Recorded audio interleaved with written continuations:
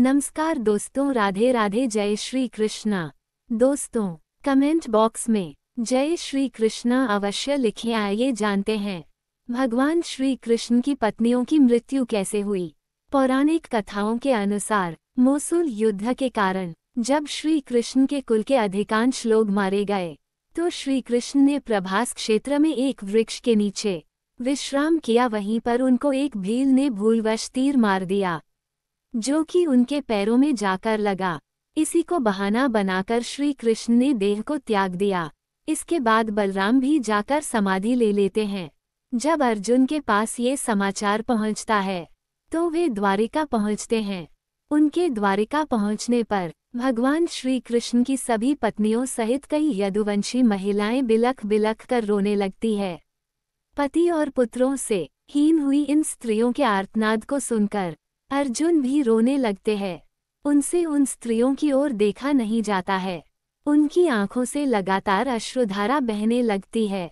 यदुवंश की सभी स्त्रियां अर्जुन को घेरकर इस आश्रम में बैठ जाती है कि अब हमारे बारे में कोई तो निर्णय लेने वाला आया।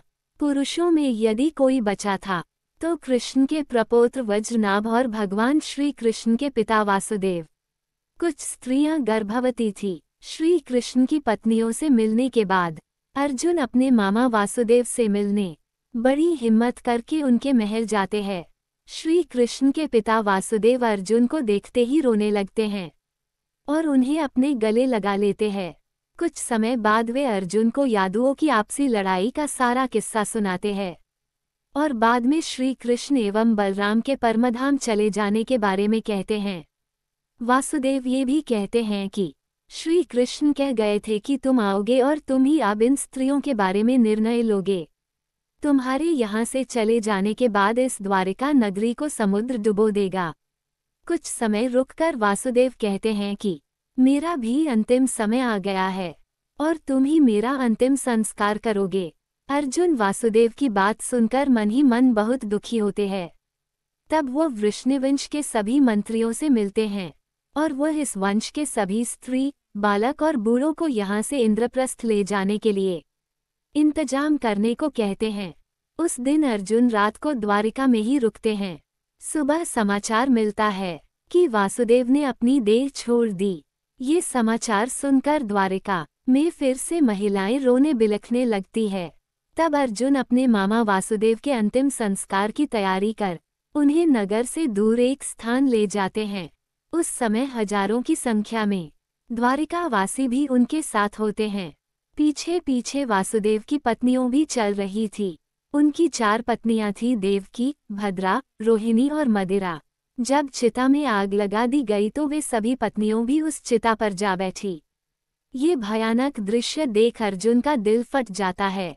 इसके बाद अर्जुन उस स्थान पर गए जहां यदुवंशी आपस में लड़कर मारे गए थे। वहां कई संख्या में वीरों के शव पड़े थे।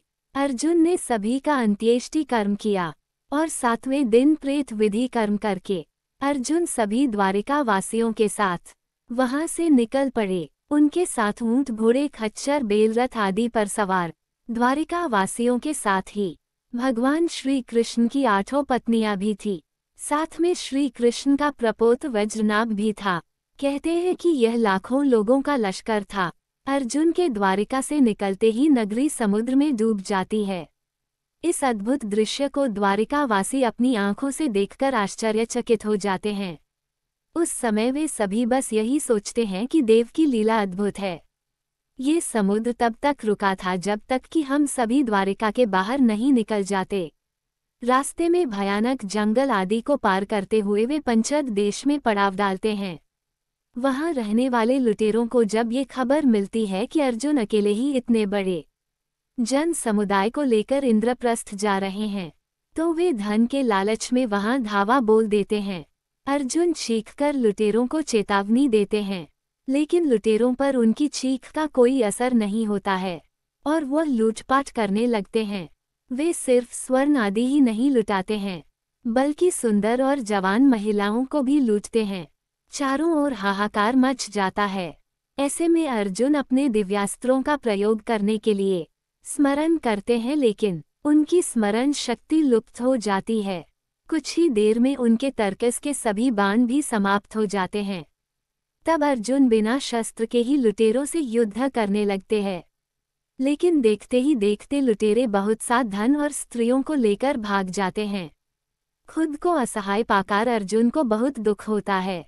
वे समझ नहीं पाते हैं कि क्यों और कैसे मेरी अस्त्र विद्या लुप्त हो गई।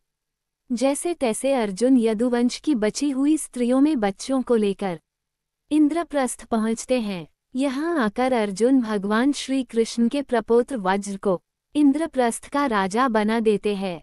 बुओं बालकों व अन्य स्त्रियों को अर्जुन इंद्रप्रस्थ में रहने के लिए कहते हैं।